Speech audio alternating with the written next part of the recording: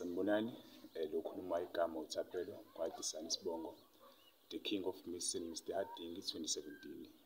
Kuningi-ke engingakhuluma ku-Miss and Mr. Harding engikufundile futhi kuwona, kodwa ngenxa yesikhathi ngizothi qaphu nalapha.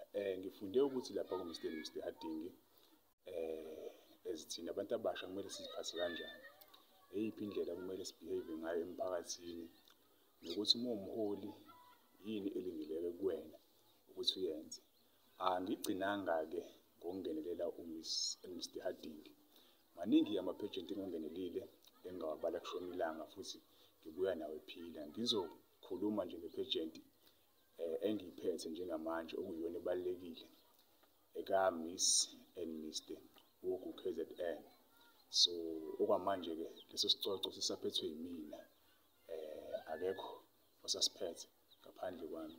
Ngiyabonga.